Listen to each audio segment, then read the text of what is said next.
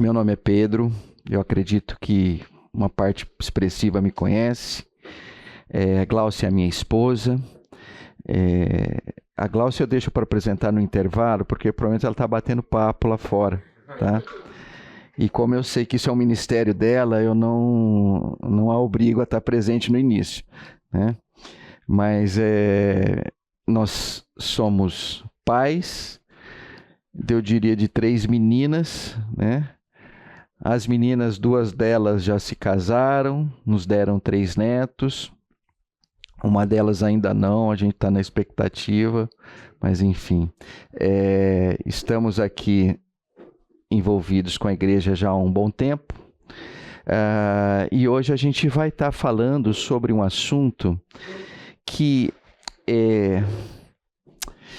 quando você está preparando um estudo, pelo menos eu, tá? Eu tento criar uma certa expectativa de que, nossa, vamos ver se eu consigo trazer alguma coisa nova, né? Agora, quando o assunto é oração, existe uma certa frustração para quem já está montando, porque você fala, mas caramba, eu acho que já tudo foi falado sobre isso, né?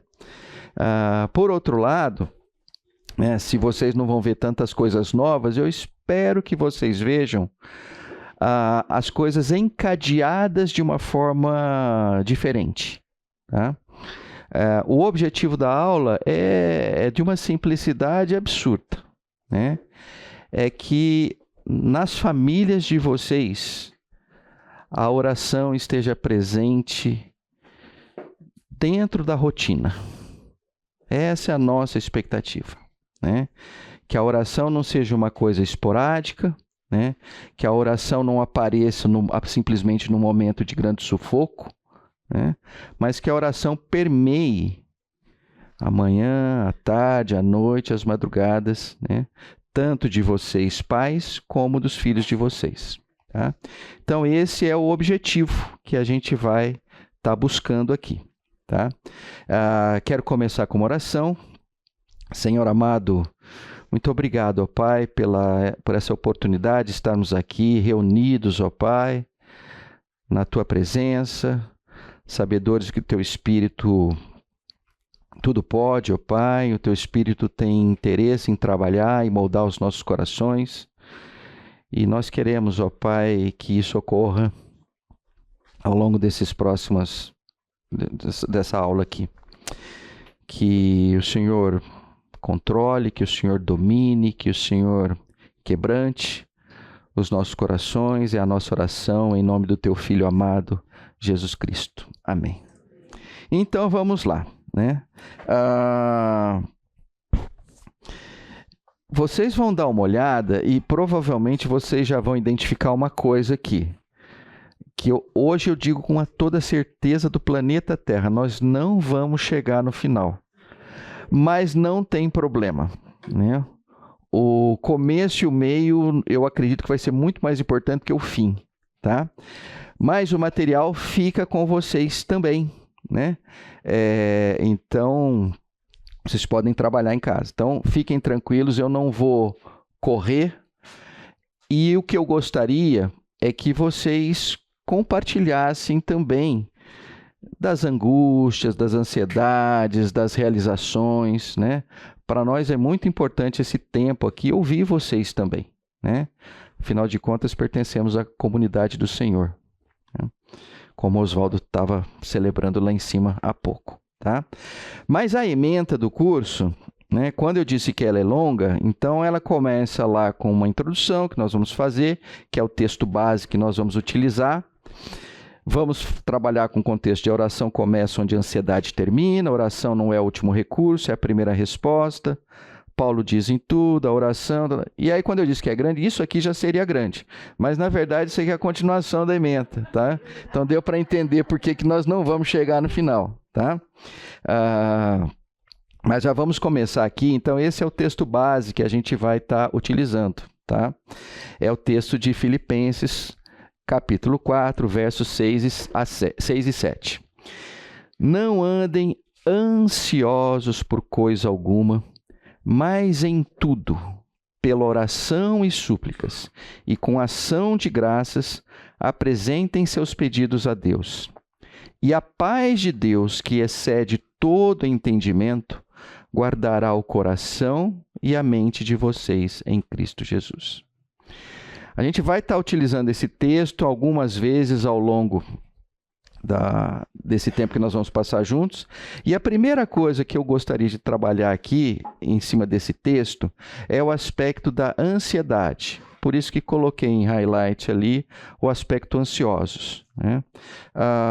E aí, para a ansiedade, eu gostaria que a gente definisse esse termo, pelo menos aqui internamente. Então, quando estiver falando sobre ansiedade, o que eu gostaria de estar dizendo, né?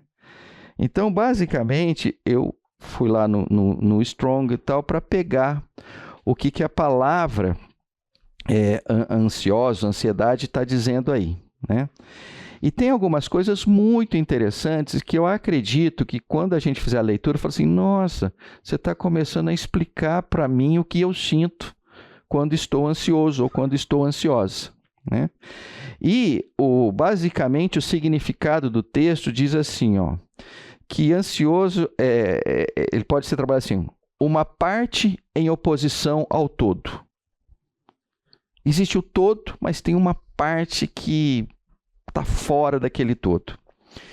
Uma outra leitura é puxado em direções opostas. Olha que coisa interessante.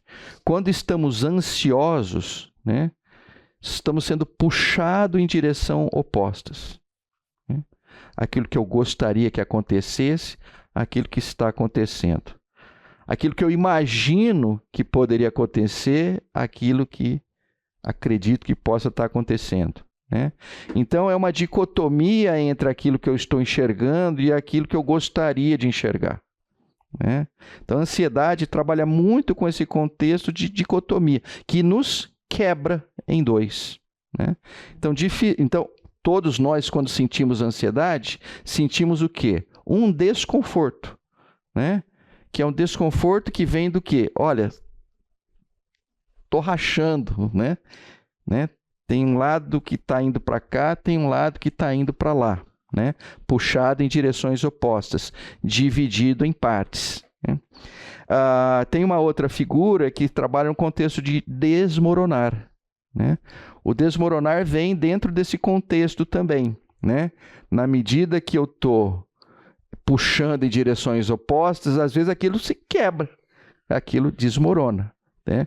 Então, quando estamos ansiosos, definitivamente estamos fracos, né? Nos sentimos fracos, né? Nos sentimos que estamos nos quebrando, né? E a última coisa que eu queria colocar aqui, embora essa não vai aparecer muito, mas é lá no final, quando aparece a palavra também, além de estar dividido, o lance de distraído, né? Mas isso é todo um tema que a gente pode conversar em algum momento, mas não vai ser hoje que a gente vai fazê-lo. Então, tudo bem, ansiedade, até aí tranquilo, né? Vocês compartilham disso que eu sinto quando estou ansioso, vocês sentem, passam pela mesma coisa, né? Então, muito bem-vindos ao fato de sermos humanos, né? Ser humano é isso, né? E aí eu queria basicamente, agora, se vocês não estão ansiosos, eu gostaria de gerar ansiedade em vocês, tá bom? Então, se tem alguém que mas eu não estou ansioso, falou, olha, esse slide aqui é para você ficar. Se no final desse slide você estiver ansioso, eu consegui o meu objetivo, tá bom? Então, basicamente, o que a gente vai ver aqui é o seguinte, né? Até botei um subtema ali, pais de crianças pequenas vivem em estado permanente de responsabilidade. Eu tiraria hoje, se eu fosse reescrever isso, eu tira pequenas, tá? As minhas já cresceram e mudou só o tipo do estágio de responsabilidade, mas do estágio de responsabilidade, mas ele existe ainda. Existe amor, alegria e propósito, mas também cansaço, medo, culpa e ansiedade, né? Nós vivemos todos essa realidade. Se não estamos vivendo essa realidade, é bem provável que a gente tenha alguma coisa errada com a gente, entendeu? Mas vamos lá, vamos trabalhar um contexto aqui para deixá-los ansiosos. A primeira deles, saúde dos filhos, né? A hora que o filho se acorda e não está legal, nossa, você começa a entrar no estágio, pô, o que está acontecendo, o que foi? Ou então um diagnóstico, é aquele que você não gostaria de receber e recebe, ou um tratamento que ele tem que se submeter, que você vê que vai ter um certo sofrimento nisso. Enfim, saúde dos filhos ocupa a nossa mente. A outra coisa é, mas eu vou ter grana? Eu vou ter grana para cuidar dessa família aqui, né? Eu vou conseguir dar o sustento adequado, eu vou conseguir dar as condições de moradia adequada, né? Para tudo isso eu sei que preciso de dinheiro. Puxa vida, mas será que eu tenho o suficiente? Será que um dia eu vou ter o suficiente? Outra coisa, puxa, eu estou vendo esse mundo aí fora, o que será do meu filho? Essa maluquice que a gente está vivendo, né? Parece que a gente não para de se surpreender, né? Cada vez que você olha para o mundo lá fora, parece um negócio do Arco da Velha é bom, né? Mas, enfim, aparece uma coisa e você fala assim, eu nunca imaginei que eu poderia ter esse tipo de problema e de que ele está tão pervasivo. Isso vai essa influência vai chegar no meu filho? Como é que vai chegar no meu filho? Eu não quero que chegue no meu filho. De certa forma relacionado, né? O que vão ser dos meus meninos, né? O que vão ser das minhas meninas? Eles não sei o que da vida, né? Será que eles vão casar? Será que eles não vão casar? O que será que eles vão estudar? Será que vai ter escola? Né? Do jeito que está, a gente olha e fala, parece que não vai ter mais escola, vai ter outra coisa, né? E que profissão? Mas esses dias a profissão tal era interessante, mas parece que não existe mais, né? Então, preocupações com relação ao futuro. Educação, né? Vou conseguir dar uma educação de qualidade para ele? Aí você vê que já começa a misturar. A educação de qualidade já começa a misturar com o dinheiro, que começa a misturar com a influência do mundo, que começa a misturar... Enfim, isso aqui que eu estou pondo em separado, para deixar vocês mais ansiosos, é uma teia toda bagunçada, né? Que na maioria das vezes a gente olha e fala assim, nossa, não consigo nem separar essa... Né, esse novelo aqui, isso aqui ficou muito complexo para mim. Mas se vocês acharam que tinha terminado, não terminou ainda. Eu tenho tempo para eles, eu estou dando o tempo adequado, o meu tempo é de qualidade, né? A outra é o inverso, eu falo assim, olha, eu sei que com o ritmo que nós estamos, eu não estou dando o tempo adequado. O que vai acontecer com isso? Né? Eu sei que eu não estou presente, mas vamos deixar claro, eu não estou presente porque eu tenho que ganhar o pão. Se eu não ganhar o pão, não tem dinheiro. Pô, mas como é que eu concilio isso? Ah, não, vou parar de trabalhar. Não, tudo bem, aí você tem tempo, mas você não tem dinheiro. Não, mas então a minha esposa vai parar de trabalhar. Mas se ela parar de trabalhar, pode ser que não tenha a mesma qualidade de vida. Será que a gente está disposto a diminuir essa qualidade de vida?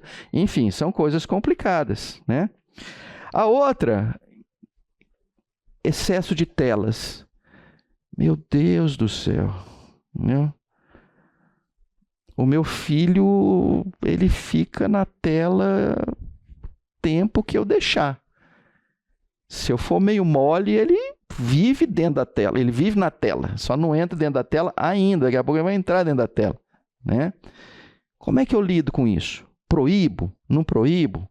Dou um tempo... definido, não dou tempo definido, que horas que eu dou, que horas que eu não dou, o que ele pode ver, o que ele não pode ver. Vou lá e coloco lá em todas as redes sociais que eu vou acompanhar a vida deles ali, não vou... Enfim. A outra, no meio de tudo isso, tem o meu casamento. No meio dessa bagunça toda aqui, como é que é o meu casamento? Estou nutrindo esse casamento, né? O relacionamento está cada vez melhor, o relacionamento deu uma estacionada, o relacionamento está indo para trás, né? E aí eu coloquei a última, que eu não vou dizer que é um resumo, mas é uma sensação que basicamente tudo isso traz a nós. É uma sensação de que a gente não está fazendo o suficiente, né? Então, se tem uma certa clareza hoje na vida, é assim, eu deveria fazer mais. Eu poderia fazer melhor. Né? E dentro desse contexto, o que você vai O que você não vai encontrar? Descanso. Então não é à toa que a gente olha para os pais, né? E a expressão deles é de um cansaço. Né? Que se mal interpretado, a gente vai entender assim, mas espera aí, mas olha seu filho, olha a maravilha, olha... Mas enfim, tudo isso aqui tende, mesmo nos momentos de vacas gordas, né? Os filhos olharem, a gente olhar para os casais e ver assim, eles estão cansados. Tá? Tudo bem? Alguém ainda não está ansioso? Essa lista não é exaustiva, eu posso continuar com ela, mas aí eu vou citar porque eu não coloquei aqui. Mas tudo isso para dizer o seguinte, gente, a ansiedade é algo extremamente presente, né? E extremamente relevante a ponto do Senhor Jesus trabalhar isto. Tá? Vamos para frente. Tem um autor que eu gosto muito, quem me conhece mais sabe que eu sou realmente um fã de carteirinha dele, chamado Dallas Willard. Né? E uma das frases dele é essa aqui, ó. A pressa é o grande inimigo da vida espiritual do nosso tempo. Aí você fala, Pedro, mas que isso aqui tem a ver com esse anterior aqui? Que basicamente é o seguinte, olha que coisa interessante. Quando a gente olha para tudo isso aqui, e principalmente ali no final, quando eu resumi a sensação de não estar fazendo o suficiente, qual que é a primeira coisa que vem na gente? Cara, então sai correndo. Sai correndo para dar conta de tudo. Então é dentro desse contexto que a gente sai da ansiedade para uma coisa chamada pressa. E aí o autor chega e fala assim, olha, eu sei que você caiu na pressa, mas eu vou te dizer quem que é a pressa. A pressa é o grande inimigo da vida espiritual do nosso tempo. Aí você fala, complicou, agora complicou. Né? Se eu sou responsável, se eu enxergo aquilo, se brota ansiedade e eu começo a sair correndo e o autor chega para mim e fala assim, olha, correr não é o caminho, mas por onde então que eu vou? Qual é a brecha que sobrou para mim? Estou complicando legal? Tá bom? Estão gostando? Olha, eu só peço ao Senhor que não acabe a aula agora, que ele não venha ainda, porque vai dar uma sensação muito ruim, né? Vamos ver se dá certo e a gente consegue chegar no final. Mas aqui, eu queria comentar 3 pontos aqui com vocês, né? Que basicamente são constatações daquilo que a gente estava olhando. Que muitas famílias não perderam apenas o tempo. Elas perderam o silêncio, a presença e a capacidade de descansar em Deus. Perdemos. Né? Com tudo isso que nós fomos confrontados, né? O resultado foi que o silêncio, a presença e a capacidade de descansar em Deus foi embora. Então é por isso que esse texto de Filipenses 4, 6, 7 não pode ser apenas um conselho devocional. A gente não pode olhar para esse texto e falar assim, legal, no tempo devido eu vou olhar com carinho, vou fazer a minha devoção em cima dele. Não, ele é muito mais do que isso. Né?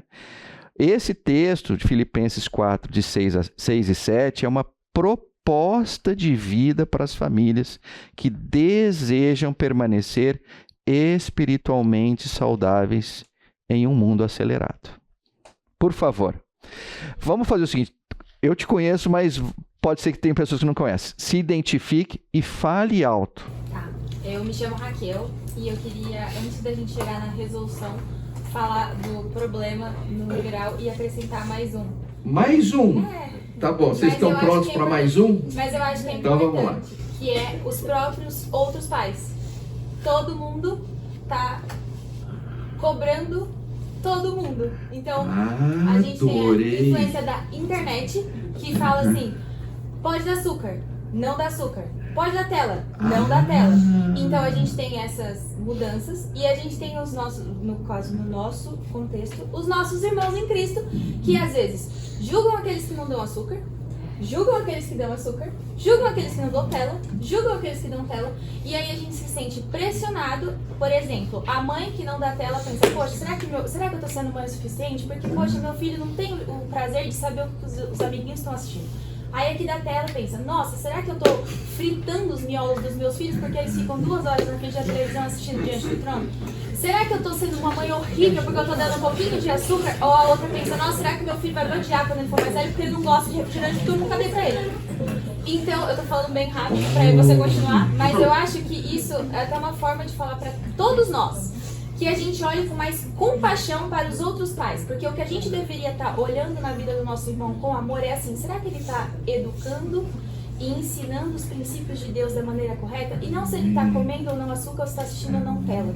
Isso mudaria muito se a gente chegasse pro nosso irmão e falasse tipo assim, olha, eu acho que esse versículo bíblico talvez ajudaria você com seu filho. Do que, por exemplo, tipo, poxa, você tinha que deixar seu filho assistir 2 horas de tela. Ou então, não, seu filho não pode assistir tela, seu filho tem que comer areia. Então, assim, eu acho que isso é um problema e uma coisa que corrobora muito para a ansiedade dos pais. E eu me incluo nisso, porque eu me sinto às vezes muito ansiosa por determinadas decisões que eu tomo e não tenho descanso em Deus por conta do externo. Que talvez esteja errado no meu coração, mas eu tenho certeza que pela comoção da galera, que acho que todo mundo passa por isso. Raquel, olha, ó, Raquel, então vamos fazer isso aqui. Olha, temos alguém mais avivado aqui. Eu gostei de ver aqui, ó. Vamos lá, todo mundo. Olha, Raquel, primeiro, muito obrigado. Muito obrigado pelo teu compartilhar. Eu não vou falar em cima do que você falou, porque não há necessidade. Mas eu só vou colocar um ponto aqui, que seria quase que uma continuidade do que você está dizendo. Que é o seguinte, isso vir do mundo, né, o que a Raquel colocou, é normal. Eu diria que é extremamente normal. Da onde não pode vir isso? Da Igreja do Senhor. Então, nós que estamos aqui reunidos como Igreja do Senhor, né, precisamos entender, né, que nós precisamos ser suporte, nós precisamos ser apoio, nós precisamos nos sacrificar pelos nossos irmãos, servir os nossos irmãos. Isso significa ter compreensão, ter empatia, ter interesse. Então, a continuidade vai nesse contexto, né? Que nós, como comunidade do Senhor, né, a gente precisa enxergar que, olha, é aqui que tem o refrigério, é aqui que tem a sabedoria, é aqui que vai ter a compreensão de saber que somos todos pecadores, que carecemos da graça de Deus, né? Então, isso eu peço. E a Raquel, o que eu posso dizer é o seguinte, né? Quer dizer, eu ia dizer toda semana, a Gláucia não chegou ainda, né? Não, tá bom. Mas vocês que conhecem a Gláucia, falem para ela no intervalo, né? Eu fico muito contente pelo... Ah lá, ela acabou de chegar, então eu estava falando dela, né? Mas, para ela ficar curiosa, tá? Ninguém fala, tá? Mas é o seguinte, eu fico extremamente contente, né? Porque eu olho para minha esposa e vejo que ela está exercendo a sua plenitude no quesito de amparar outros, de cuidar de outros, de ter tempo para outros, né? Então, Glaucio, depois eu conto com mais detalhes, tá bom? Tá? Mas ótimo, olha, o seu complemento foi tão bom que eu vou ter que rever o slide na próxima aí, eu vou colocar isso aí. As palmas, eu acho, as nossas palmas, né, valeram, né? Então tá bom. Vou para frente, pode? Bom, então daquilo que seriam 10 pontos, que eu já adiantei para vocês, que nós não vamos chegar no 10º, mas no primeiro nós vamos dar conta dele. E o primeiro que eu queria tocar aqui é que a oração começa onde a ansiedade termina. O que você quer dizer com isso? Vamos lá, né? Primeira coisa é que a Bíblia não ignora a existência da ansiedade, né? Então, toda e qualquer resposta que a gente possa dar para uma pessoa ansiosa, assim, logo passa, é assim mesmo. Olha, deixa eu falar uma coisa, a Bíblia não trata dessa forma e nós não deveríamos tratar dessa forma, né? A Bíblia reconhece que o coração humano naturalmente, ou seja, é da natureza dele, que ele tenta carregar pesos que não consegue sustentar. Isto é da nossa natureza, entendeu? Ninguém precisou ensinar isso para a gente, né? Isso já veio de fábrica. E daqui a pouco a gente vai entender por que isso veio de fábrica. Isso é uma coisa tão, assim, não adequada. A gente sofre por isso, né? Mas o ponto é que a Bíblia reconhece que o coração naturalmente tenta carregar pesos que não consegue sustentar. E que os pais vivem essa condição diariamente. Será que meu filho vai ficar bem? Será que estou educando corretamente? Como é que será o futuro dele? E se eu falhar? E se eu fizer um mau trabalho? Né? Então, todas estas coisas, né, são naturais. Então, de certa forma, vamos lá, eu vou dar um alívio insuficiente, mas interessante. Olha, estamos todos no mesmo barco. Viu? Se chegar alguém aqui e dizer assim, olha, eu encontrei a fórmula, não fico ansioso há 4 anos, vem comigo. A minha sugestão é não vá com esta pessoa, entendeu? Ou ela é muito arrogante, ou ela é muito ignorante, né? Definitivamente não me parece que essa pessoa está falando a coisa de forma apropriada. Bom, então, quando eu disse para vocês, só voltando um pouquinho aqui, que naturalmente a gente tenta carregar pesos que não conseguimos sustentar, aqui eu vou começar a dar um pouco das respostas, né? Fonte da ansiedade.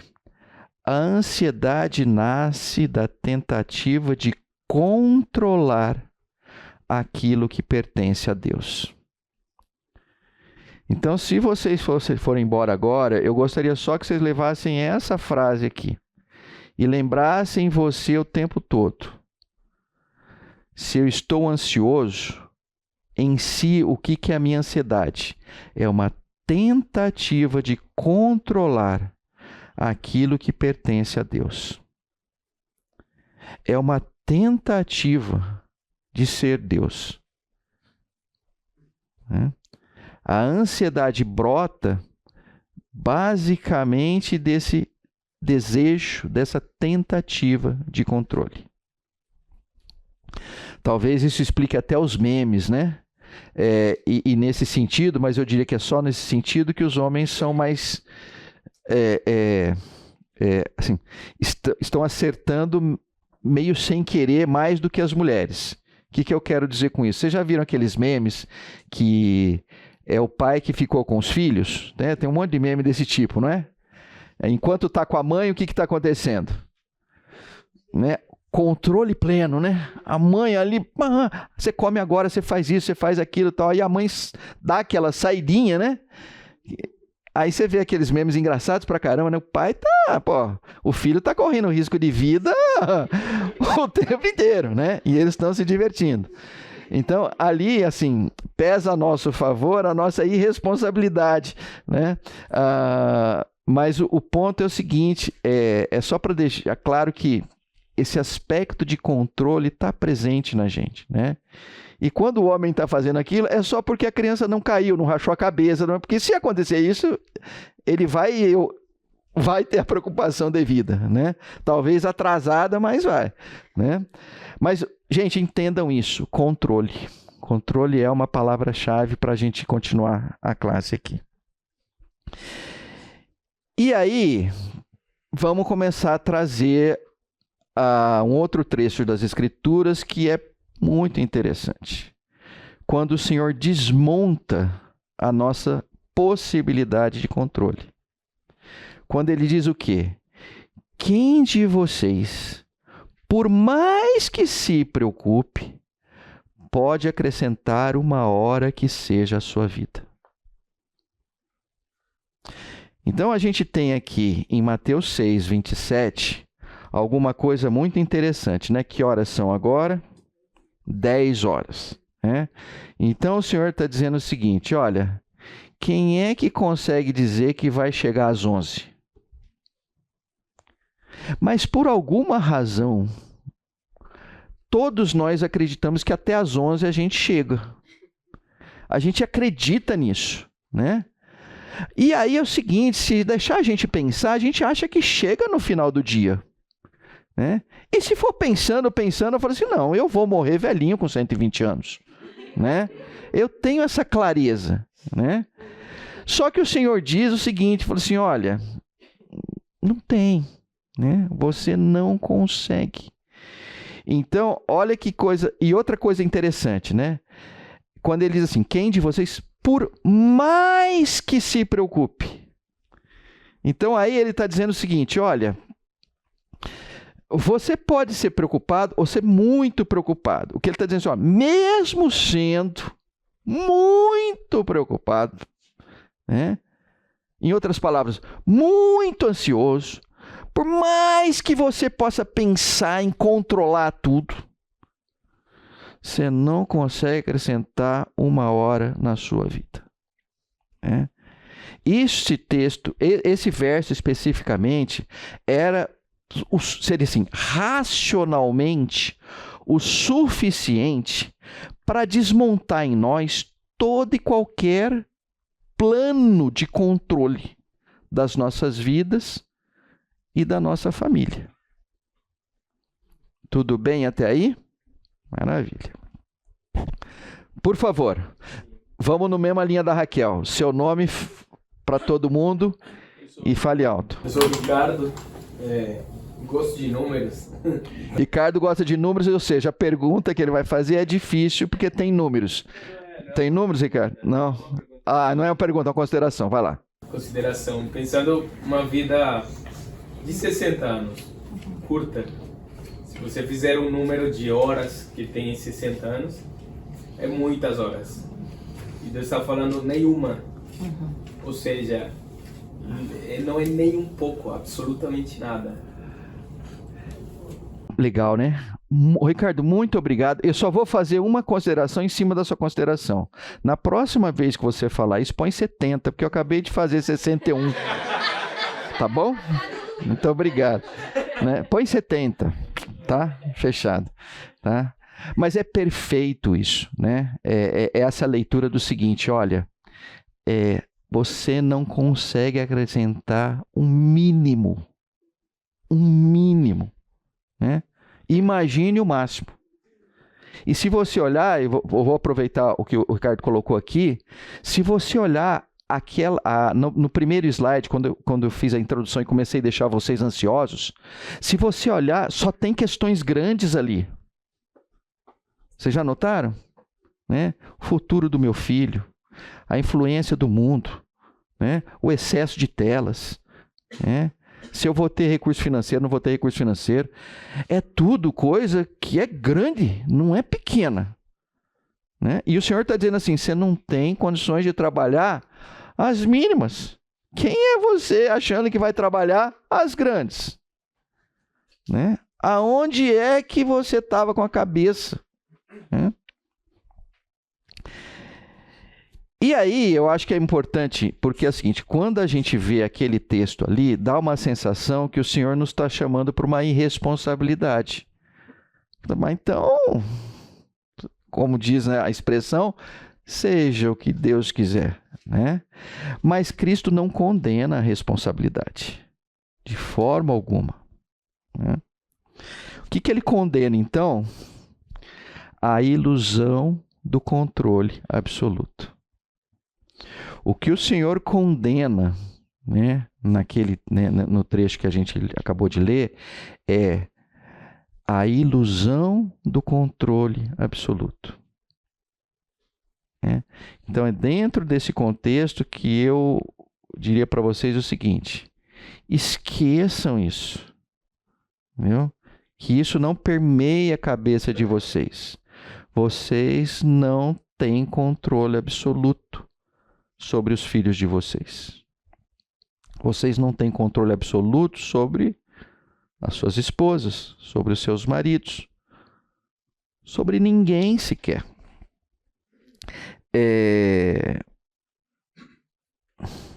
Não, eu não vou comentar isso não, que vai alongar.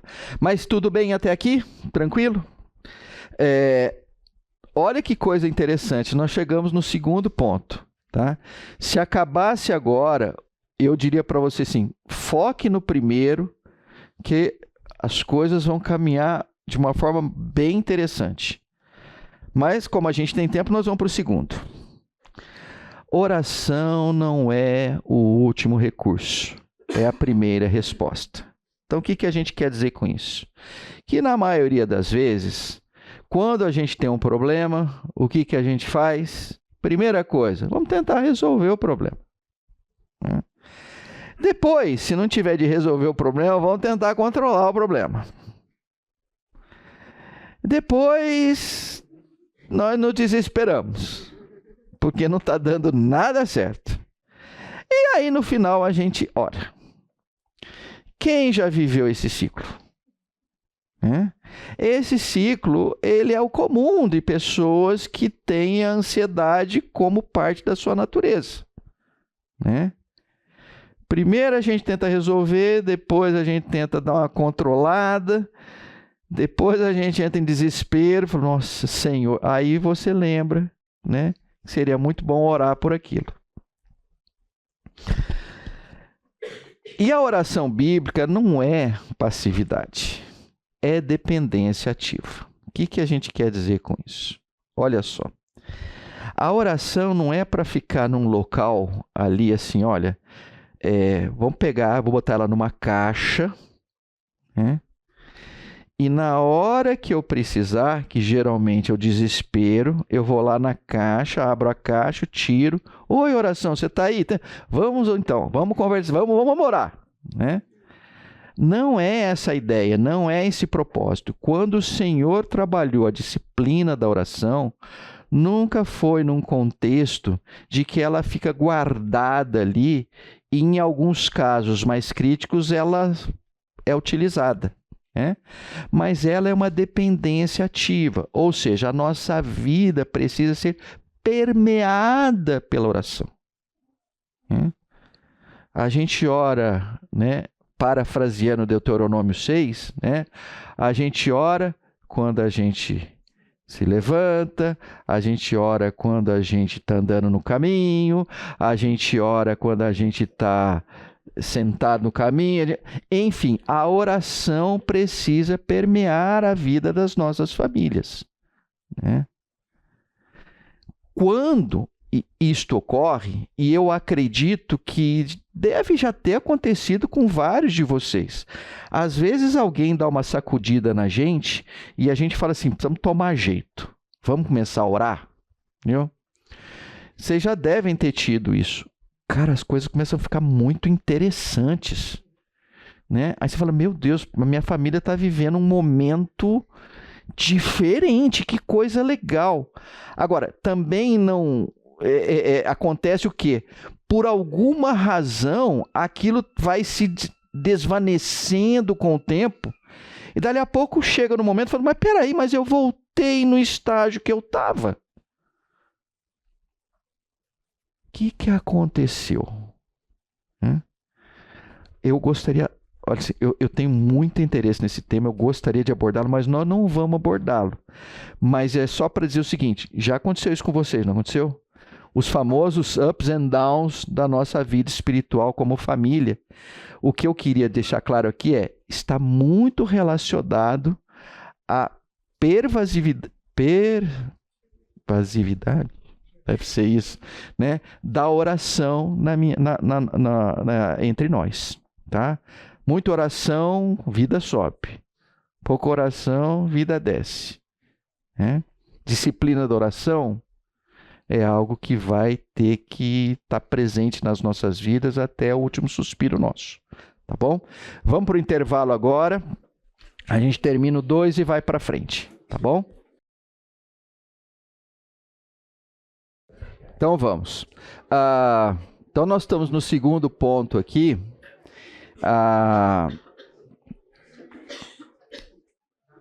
E aí nós vamos para um texto bíblico agora.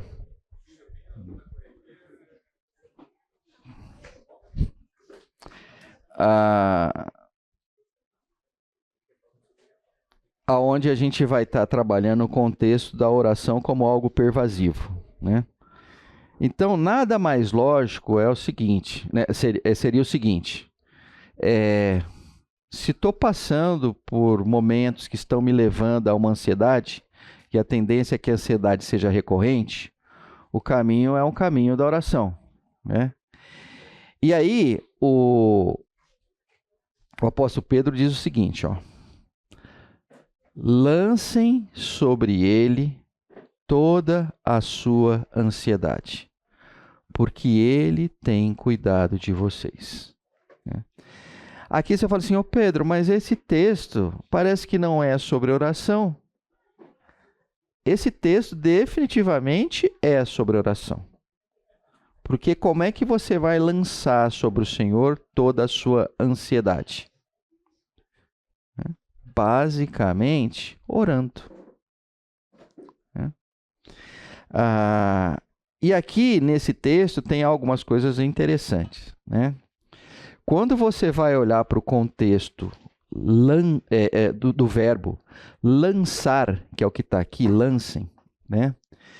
Você poderia pegar a sua ansiedade, né? E chegar aqui e falar assim, Senhor, essa aqui é a minha ansiedade, né?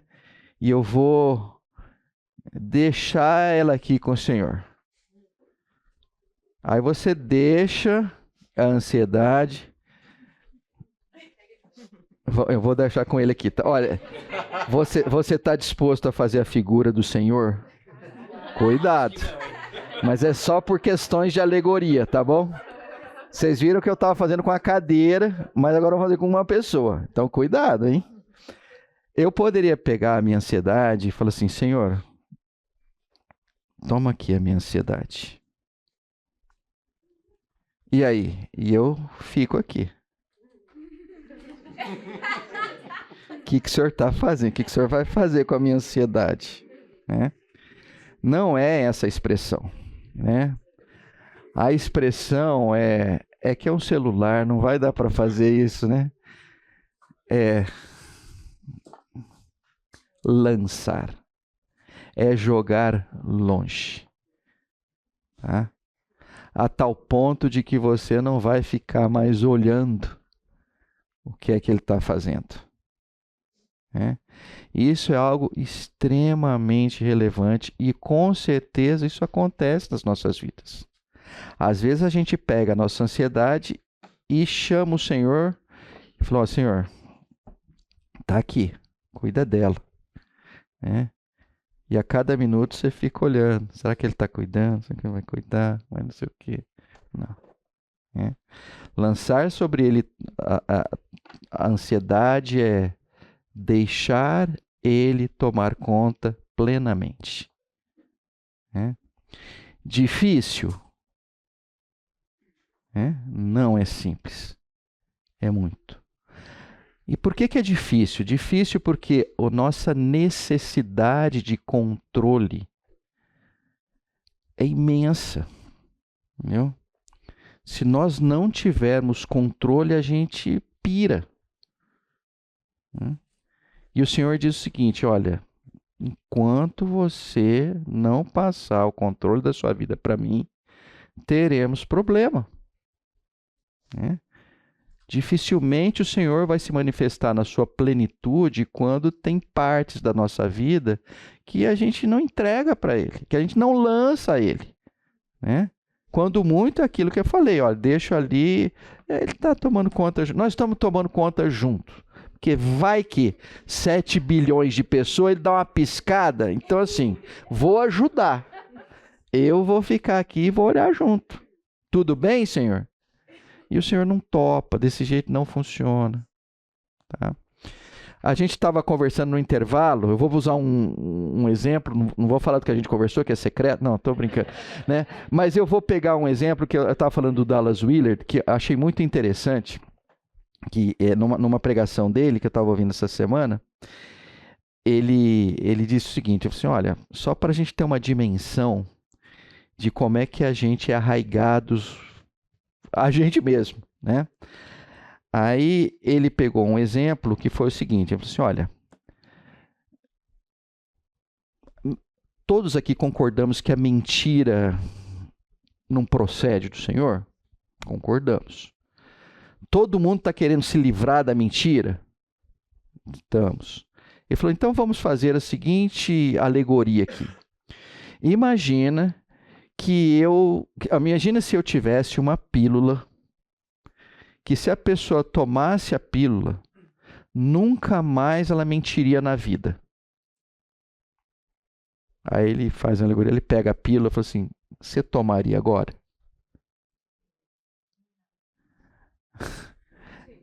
É uma coisa muito doida, né? Você fala assim, mas como é que é? Se eu tomar, eu nunca mais vou mentir na vida? Não. Ele falou, mas parece que não é para mim esse negócio. É? Estranho, né? Uma pequena alegoria faz a gente considerar. Tira mentira e vamos botar controle. Olha, tem uma pílula aqui, que assim que você tomar, todas as tuas ansiedades serão lançadas ao Senhor e você não vai ter mais esse problema. Mas como assim? Não. Você não vai ter mais desejo, você não vai mais controlar nada. Aí a gente vai olhar e falar, mas parece que eu sou o controle. Sem o controle, a minha vida fica esvaziada. Então, isso só para dar uma leitura de como é que as coisas têm um grau de complexidade que não são pequenas. Davi, você tem a percepção de que a ansiedade ela vem por causa das coisas que a gente passa a ter na vida? Porque você se torna ansioso pelo seu filho, pela criação dele, você passa a tê-lo. Você fica ansioso se vai ter dinheiro ou não para pagar o boleto no final do mês, você passa a tê-lo, você passa a ter um trabalho. Jesus fala que se a gente não for igual a uma criança, a gente não pode entrar no reino do céu. E a criança não tem essa ansiedade. Meu filho não sabe se ele vai almoçar, o que ele vai almoçar. Ele está dependendo de mim ali. Então eu vejo que a gente começa a ficar ansioso porque a gente começa a ter, ou achar que tem as coisas na vida. Porque de fato a gente não as tem. Deus é dono de tudo e Ele presta a gente para agir. E eu tenho essa percepção às vezes. Eu tenho mais ansiedade ainda. Olha, então vamos lá. Eu não chamaria de uma percepção. Eu tenho uma certeza. Olha que coisa de doido. Eu tenho uma certeza disso, né? Por alguma razão, assim, vamos lá. Talvez até por isso que o Senhor diga o seguinte: olha, para o rico entrar no reino dos céus não é uma coisa trivial, né? É quando você começa a olhar o que é um rico?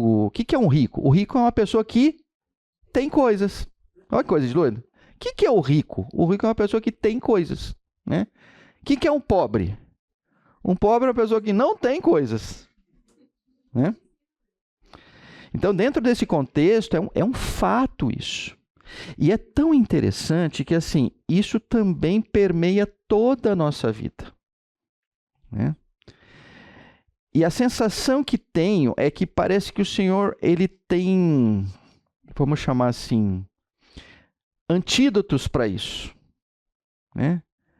Mesmo no contexto, quer dizer, mesmo no contexto, no contexto, por exemplo, do Antigo Testamento. Esses dias eu estava ouvindo, né, sobre Levítico, falando das festas anuais, eram 7 festas, assim, assado e tal. E é engraçado, praticamente todas as festas, elas trabalham com o contexto do seguinte: olha você onde estava. Você não tinha. E agora você tem. Então vamos ter um dia para você lembrar que você não tinha. Acho essas coisas extremamente interessantes porque é quase que um exercício mental que nós temos que entender o seguinte: em algum momento eu não tinha, em algum momento o Senhor me concedeu, e em todo momento aquilo continua sendo dele. E é nesse terceiro que às vezes a gente derrapa. A gente tem a sensação que foi a gente. E não foi. E foi ele que nos agraciou. Mas é um fato isso, né? Quanto mais se tem, mais ansioso. É um fato isso. Triste, né? Mas é isso mesmo. Davi, muito obrigado. Tem uma hora que o Jó fala, né?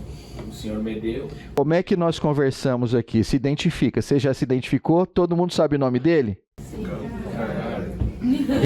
Funcionou. Então pode continuar sem se apresentar de novo. Por favor. Jó ele fala, né? O Senhor me deu, o Senhor tirou. Bendito seja o nome do Senhor. E a Bíblia fala que nisso ele não pecou. Maravilhoso, maravilhoso. Quem era esse Jó? Uma clareza plena de que tudo que ele tinha, e não era pouco, né, foi dado pelo Senhor, e o Senhor tinha o direito, assim como o Senhor tinha o direito de dar, ele tinha o direito de tirar. Agora, a gente sabe que é o seguinte, olha, receber é muito mais fácil do que perder, né? Tem até um desses economistas aí que chegou a calcular o tamanho da perda se comparado ao ganho. Não sei se eles chegaram a ver, não sei se ele chegou a ganhar o prêmio Nobel, mas esse cara é dos bons aí, né? E o que ele comentou foi o seguinte, que a sensação de você ganhar R$100, né, é diferente da de você perder R$100. Quando você perde R$100, você acha que você perdeu muito mais do que quando você ganhou R$100. E aí nos cálculos matemáticos que eu nunca compreenderei, viu, Ricardo? Eles dizem assim, olha, é que é 240. Eu não sei como é que ele chegou nesse número, mas assim, olha, com R$240, o ganho fica parecido com a perda, né? 100 para 240, né? Eu acho que isso varia de pessoa para pessoa, viu? Tem gente que se perder R$1 aí, meu amigo, olha... né? Mas enfim, não vamos entrar nessa seara. Mas muito obrigado por isso. Então vamos lá. O verbo lançar, ele implica em transferência real. E é um pouco o que a gente estava dizendo aqui. Olha, tem que ser transferido. É possível que a gente olhe para nós aqui e fale assim, ô Pedro, é muito fácil ir aí em frente e falar isso. Mas você não sabe como é que eu sou. Entendeu? Essa transferência real não está dentro de mim. E aí, é isso mesmo. É para você entender que não está dentro de você, a não ser o Espírito que está dentro de você. Então, esta é uma luta que você tem que se dispor a enfrentá-la. Há um exercício rotineiro de entrega. De transferência real, que é um pouco do que o Davi comentou, né? Se você olhar para uma criança, ou a gente olha para os nossos netos, você fala assim, cara, que coisa mais doida, né? Amanhã eles não estão nem sabendo se vão na escola, se não vão na escola, o que vai comer, o que não vai comer, né? Onde que vai dormir. Né? É muito lindo isso, né? Você fala, cara, a confiança nos pais é plena. Né? E quando o Senhor usa essa figura, é para dizer o seguinte, olha, é nos mesmos moldes. É nos mesmos moldes. Né? Aí aparecem as amigas da Raquel, né, para dizer o quê? Cuidado, Se você não fizer isso, se você não fizer aquilo, olha para onde você está indo. Ah, acho que você comprou uma roupa cara. Ah, não sei o quê. Entendeu? A turma vem. Entendeu? A turma vem. E aquela paz que você estava ali quando você estava orando e tal, a turma gosta de dar uma desmoronada naquilo. E dali a pouco você está no meio. Entendeu? Então, é algo que precisa ser feito recorrentemente. Mas a gente vai tratar um pouco isso, né? Então, vamos lá. A oração verdadeira não é apenas falar sobre as suas preocupações, né? Eu não posso ter uma vida de oração que é uma lista de desejos, uma lista de pedidos, né? A oração verdadeira não pode ser isso, mas é, sobretudo, entregar preocupações. É um pouco aquilo que a gente falou, assim, ó, entregar nas mãos do Senhor. Se Deus quiser, se Deus permitir. Tudo bem? Vamos para o terceiro aqui, tá? E no trecho de Filipenses, Paulo diz em tudo. Os pais, às vezes, acreditam que certas preocupações são pequenas demais para Deus. Isso é uma coisa muito interessante, né? Que é meio que natural da gente. A gente olha para o Senhor e fala assim, Ele é muito grande, então vou levar para Ele as grandes coisas. Porque não é assim que a gente faz na vida, né? A gente quer, vamos lá, você está lá, você está num restaurante, aí você não é bem tratado pelo garçom. Fala assim, pode me chamar o gerente? Por que você faz isso? Porque você fala assim, não, essa coisa aqui tem um tamanho suficientemente grande que o garçom não vai resolver. Eu vou chamar o chefe do garçom. Às vezes a gente tem isso na vida. Eu falo, olha, é o seguinte, eu já entendi na minha vida. Tem as coisas pequenas que eu dou conta. E tem as coisas grandes que o Senhor vai dar conta para mim. Isso é um erro, né? Isso é substancialmente um erro. O Senhor é o Deus das causas grandes e o Senhor das causas pequenas. O Senhor é o Deus de todas as causas. Então, aqui está o primeiro erro. Eu tomo parte, eu tomo conta de um pedaço e o Senhor toma conta do outro pedaço. Não funciona. Oi? Pode falar, Raquel. Raquel, eu acho que isso também entra um pouco do que o Davizinho falou, porque quanto mais recursos a gente tem, vou falar dos financeiros, mas às vezes de intelecto, de estudo e tudo, a gente acaba se sentindo autossuficiente para tratar de algumas coisas. E quando a gente não tem essas coisas, a gente normalmente volta mais para o auxílio de Deus, porque a gente precisa disso. Então, vou colocar isso num exemplo prático. Comprar roupas para as nossas crianças. Você falou da roupa cara, né? Tipo, algumas das mães que estão aqui, e eu me compartilho disso, nós recebemos roupas de outras pessoas. E todas as vezes que eu recebo essas roupas, eu agradeço a Deus, porque eu sei que vem da parte dele essas doações para as minhas filhas usarem. Mas às vezes a pessoa tem recursos de comprar e talvez está lá na Renner escolhendo a roupa e talvez não está agradecendo a Deus porque Deus deu condições para que ela comprasse aquela roupa para o filho. Acho que a questão não é nem comprar a roupa cara ou ganhar a roupa, mas quando você tem o recurso, você sente assim, poxa, foi o fruto do meu trabalho, mas por trás do seu trabalho tem um Deus te permitindo trabalhar para que você consiga isso, né? Raquel, muito obrigado. Raquel, nas próximas aí eu vou abandonar aqui, vou deixar você e vou sentar aí. Olha só, perfeito isso. Aí me chamou uma outra... Isso eu vou ter que comentar, vou sair um pouquinho aqui, mas eu acho que em função do que você comentou, eu preciso colocar. Vocês veem aquele videocast, né, do Jesuscope? Alguém já viu aqui, né? Vocês já viram que vai gente de tudo quanto é denominação, né? Eu assim, ó, eu fiz um exercício para mim, tá? Eu não estou dizendo que esse exercício é para vocês, mas eu estou dizendo que é para mim.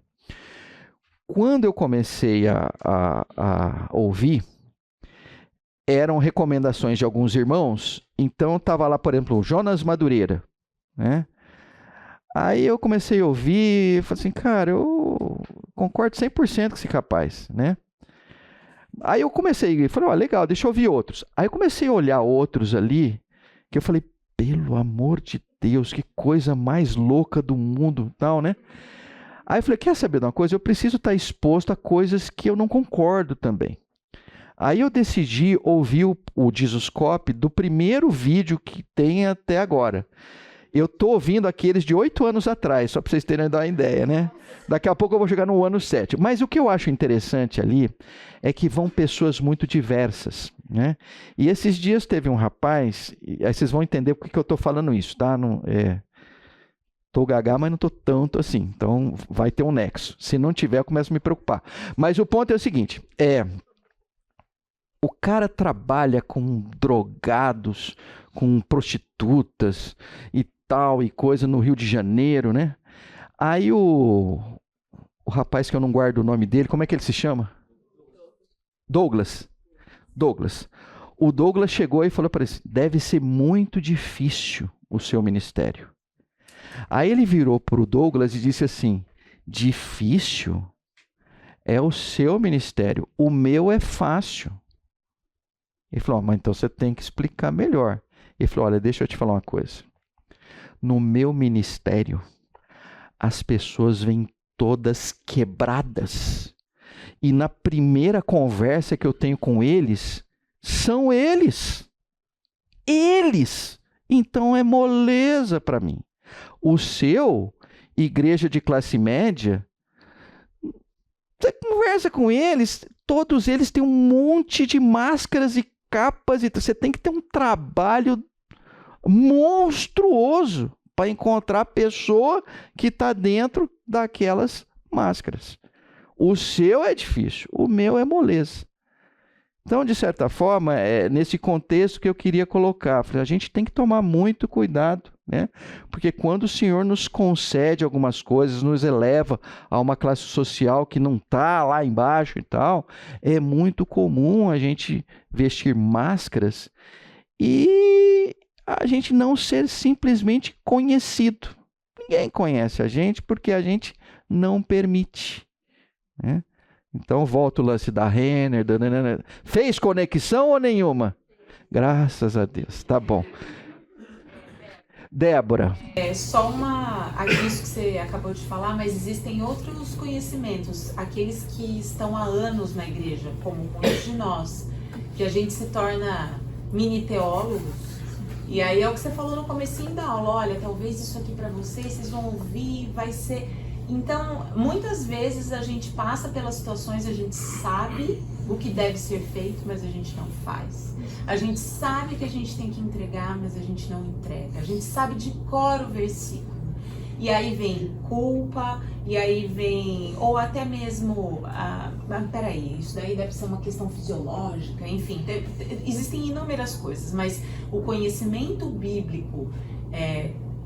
que não é colocado em prática, eu acho que esse sim é o maior dos nossos perigos. Amém. Amém. Bom, Raquel e Débora, vamos resumir o que elas estão dizendo? A gente é gente da pior espécie que tem, viu? Então, a gente precisa dar um jeito nisso, tá? A gente não pode viver dessa forma, tá? Vamos continuar aqui. Muito obrigado, gente. Olha, a contribuição está maravilhosa. Então, certas preocupações são pequenas demais, outras são práticas demais, né? Outras são repetitivas demais. Tem que pegar as crianças na escola. Eu pego e faço isso 5 vezes e tal. Quando vê, é muito repetitivo. Eu não preciso pedir para o Senhor me guardar durante o trajeto daqui, ali e tal, isso. Não, deixa que eu me resolvo, né? Mas Deus se importa. Deus se importa com o quê? Algumas coisas, não é uma lista exaustiva. Deus se importa com a rotina da família. Deus se importa com o sono da criança. Deus se importa com o cansaço do casal, com a dificuldade escolar, com a saúde emocional, com as decisões profissionais, com as conversas do dia a dia de casa. Isso tudo é do interesse do Senhor. Tem um autor que eu não vou me lembrar agora, que eu acho interessante, que ele falou assim, olha, o Senhor não tem pálpebras. Né? Quem falou isso? Ah, não, você vai comentar? Ah, pensei que... Débora, se você soubesse, você ia me ajudar aqui, porque eu sempre que falo isso, ninguém sabe quem falou isso. Né? Mas ele disse, olha, o Senhor não tem pálpebras. O que significa isso? Ele não dá aquela piscadinha, assim, que naquela piscadinha alguma coisa sai do controle. Não. Ele está o tempo todo observando. Essa aula agora aqui, ele está ali olhando, né? Cada um de nós, né? Cada feição, né? Cada coração que está contrito, dizendo assim, agora eu vou sair dessa classe que Senhor, agora eu quero arrasar. Entendeu? O Senhor vai falar assim, beleza, vamos junto, né? E o Senhor está olhando para aquele também assim, ai, minha esposa mandou eu vir para a classe, mas não estou nem aí. Ele também está olhando, entendeu? É legal isso, né? O Senhor está pronto, né? Nós precisamos entrar nesse contexto de prontidão também. Débora. Quando a gente lembra, né, de fazer esse exercício de entregar para Deus as coisas pequenas também, a gente tem uma oportunidade muito legal de ensinar isso para os nossos filhos, né, que Deus também se importa com essas coisas, porque no universo deles, pra gente as coisas deles são pequenas, né. Então eu lembro que nosso filho, ele sempre ora pedindo para andar de trem, helicóptero, avião, todo dia ele ora. E para ir para o zoológico. E aí teve uma época que ele ficava pedindo isso, e aí na cononia alguém perguntou se ele tinha um pedido de geração, e ele falou que ele tinha esse pedido de geração. A gente orou na cononia e tal. E aí calhou de que a gente conseguiu ir no zoológico e pegar metrô para ir no zoológico. Ah, meu Deus, ganhou duas coisas ao mesmo tempo. Ah, eu tinha o barco no zoológico e tinha o ônibus para pegar o metrô para ir pro zoológico. E foi muito legal, porque daí partiu dele fazer a conexão de que Deus tinha respondido a oração dele. Maravilha. Então ele entrou no metrô dele, o trem, eu pedi pra Jesus, eu tô no trem. Sensacional, né? Pô, que legal. Legal ensinar pra ele que, tá vendo, Deus ouve as nossas orações. Não é porque pra ele isso é muito grande, mas Que isso legal. nos ensinou muito a perseverar na importância da oração para as coisas pequenas. Porque eles estão vendo, né? Então se a gente sempre entra no carro e ora, que é uma coisa que a gente esquece muito, mas eles estão vendo que, nossa, toda vez que a gente vai orar, Jesus, ele vai responder, porque ele ouve e tal, né? Então é só Ô, Débora, olha, muito obrigado por compartilhar isso. Mas eu não posso deixar a chance aqui de fazer o seguinte. Tem algum irmão aqui tão abençoado que tem um helicóptero? Olha, então eu diria o seguinte, se não tem, ainda não tem, quando tiverem, lembra do Ricardo e da Débora, tá bom? Nós vamos ficar devendo essa parte. Mas o Senhor, olha, eu vou te falar, ainda vai ter foto deles andando de helicóptero, hein? Tenho tranquilo. Tá bem. Maravilha, muito obrigado, tá? Mas é isso, gente, quando Paulo diz em tudo, é em tudo, né? O Senhor está cuidando da gente o tempo todo. Isso significa que a gente precisa entender uma coisa, que não existe área secular na vida familiar cristã. Não tem coisas que são de Deus e outras que não são de Deus. Todas elas são do Senhor, sem exceção. Nós estamos imersos na graça do Senhor. Não tem um dedinho que ficou para fora, não tem um calcanhar, tipo o de Aquiles que ficou para fora. Não tem nada, entendeu? Nós estamos completamente imersos na graça do Senhor. Tudo o que fazemos ou não fazemos, tudo o que pensamos, o Senhor tem participação nisso, o Senhor está presente nisso, tá? Não trabalhem com este erro de que algumas coisas nós damos conta. Nós não damos contas bem de nada. Nós dependemos do Senhor para tudo. Tá bom? E Provérbios vai nessa linha. Confie no Senhor de todo o coração e não se apoie no seu próprio entendimento. Reconheçam, é o que a Débora fez agora, quer dizer, os filhos fizeram, né? O filho fez. Reconheçam em todos os seus caminhos, e ele endireitará as suas veredas. Esse texto de Provérbios é para ser para nós aqui um Vicky Vaporub. Quem gosta de Vicky Vaporub, né? Eu nasci, a minha mãe pegou Vicky Vaporub e passou em mim. Eu estou fazendo isso com os meus netos faz 60 anos. Nossa, tremenda propaganda, né? Não, mas tinha também o Needs, que era equivalente, era bom, mas não tem mais. Então não é só do Vicky, não. É aquele negócio ali que eu não sei o que é. O ponto por que eu estou dizendo isso? Porque, assim, é um bálsamo a gente ouvir isso do Senhor, né? E ele só põe um condicional, né? Olha, eu vou endireitar todas as tuas veredas, todas elas, eu vou deixar lindona, né? Desde que você reconheça, desde que você confie no Senhor de todo o coração, né? Então, esse é o grande exercício na nossa vida. Confiar no Senhor de todo o coração. E ao mesmo tempo que ele está dizendo assim, olha, se você vai fazer isso, então não é para você se apoiar no seu próprio entendimento. Mas eu manjo muito. Eu falei, não me interessa. Você confia no Senhor de todo o coração.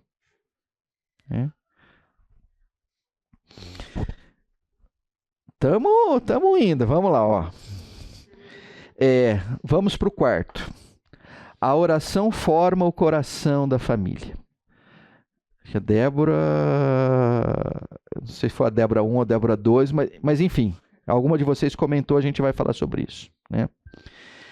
Que a maior contribuição espiritual dos pais não é a perfeição moral. Olha, meus pais são corretos. Olha, lá na igreja o pessoal diz que ele é um casal certinho, que faz tudo certo, que faz isso, que faz aquilo. Olha que lindo que eles são, olha que maravilha. Não é isso, né? É ensinar os filhos aonde encontrar refúgio. Gente, a vida vai pegar para eles, assim como a vida pega para nós.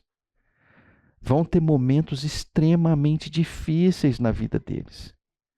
E não vai começar com 10 anos, 12 anos. Também começa muito antes disso. Quanto mais atentos os pais são, mais cedo eles veem que vão aparecer coisas complicadas. Que o fato de serem simples para nós que somos adultos não significa nada. Para eles aquilo é tão intenso quanto são coisas intensas para nós de adultos. Então, ensinar os filhos aonde encontrar refúgio é uma das coisas mais importantes que a gente tem para dar para ele. E como é que eles aprendem? Se eu quero levá-los a entender aonde está, a buscar, a encontrar o refúgio, eu preciso entender como é que eles aprendem. Como é que eles aprendem isso, né? Vou trazer aqui para uma aula. Por favor. Isabel.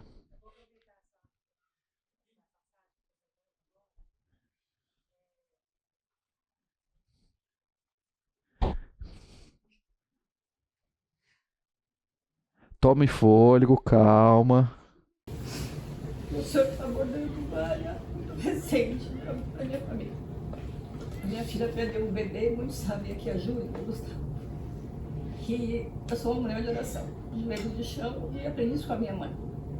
Então eu lembro assim que a gente tem que ensinar os filhos a orar, tanto na hora boa como na hora ruim. Eu lembro quando ela perdeu o primeiro bebê, eu fui até a casa dela. E eu acho que ela achou que eu ia chegar lá desesperada, como eu estava em casa, lógico, né? Mas eu cheguei lá com ela, peguei na mãozinha dela, ela em pranto, desespero, né? Total. Eu nunca perdi um filho, não sei o que é essa dor, ela já. E eu falei, filha, nós vamos orar agora, agradecendo a Deus. E a carinha dela foi assim, sabe? Eu falei, nós vamos agradecer ao Senhor, porque em tudo dá graça. Amém. E essa foi assim, uma das maiores dores que depois do meu pai e da minha mãe primeira perda, assim, de uma filha, perder um filho, né? E hoje ela está grávida, graças ao Senhor, 5 meses. Amém. Então eu aprendi muito com isso, Oi, sabe? Isabel. Ser grato na dor. Na oração, na dor, né? Amém. A gente só agradece quando tá tudo bem.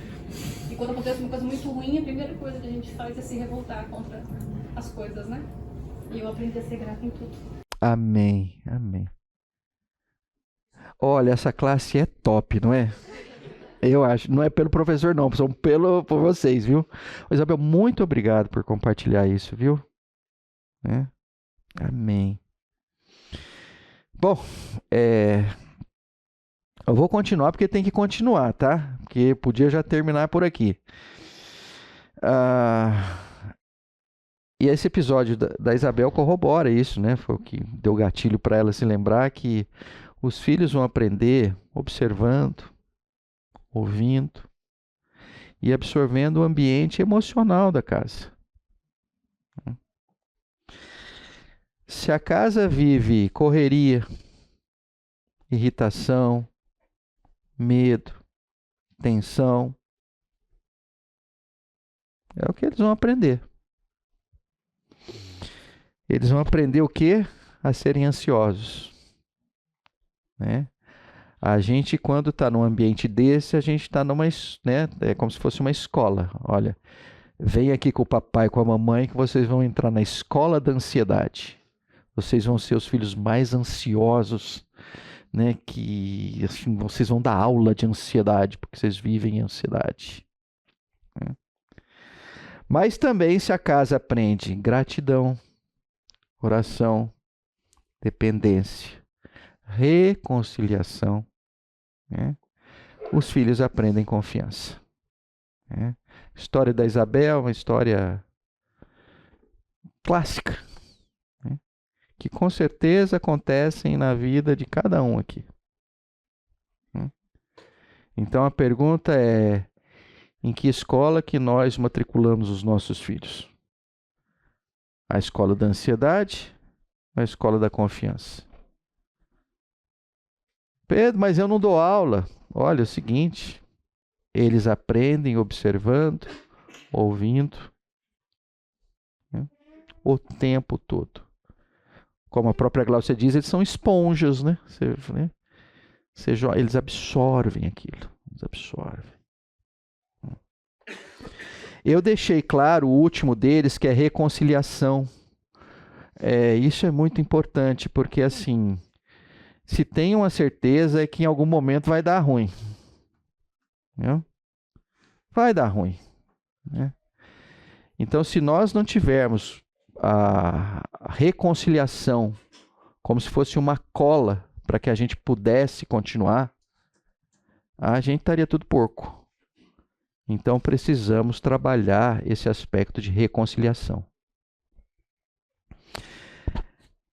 E aqui, pelo jeito, é onde nós vamos parar. Deuteronômio 6, 7, que há umas 2 aulas atrás, aqui nessa classe eu ouvi, e eu ouso a repetir aqui. Quando o Moisés já estava já estava ciente de que não ia para a terra prometida, e que na verdade aquela geração toda não iria, então passaram 40 anos no deserto para fazer uma passagem de bastão. Eu vou pedir só um minutinho, tá? E Deuteronômio, o que ele é? Basicamente é Moisés passando a mensagem para os filhos, para dizer o seguinte: olha, está aqui todas as nossas burradas, está aquilo que vocês têm que fazer, está aquilo que é quase que uma profecia minha: ó, se vocês fizerem isso vai dar muito bom, se vocês não fizerem vai dar muito ruim. Né? Mas esse Deuteronômio 6 ele é muito interessante porque faz parte da Shema, né? Que o próprio judeu tem isso como algo extremamente relevante, quando ele diz assim: que todas estas palavras que hoje lhe ordeno estejam no seu coração, ensine-as com persistências aos seus filhos, fale sobre elas quando estiver sentado em casa, quando andar pelo caminho, quando se deitar e quando se levantar. Então, que a casa de cada um aqui seja permeada pela palavra do Senhor. Que a casa de vocês seja um ambiente de confiança no Senhor. Que a casa de vocês seja um lugar de crescimento. Que os seus filhos cresçam em estatura, cresçam em sabedoria, né? Vocês têm um papel relevante. E o Senhor, eu não tenho dúvida nenhuma, está com vocês nessa empreitada, tá? Muito obrigado pelo tempo aqui. E bom domingo, bom almoço. Fiquem em paz.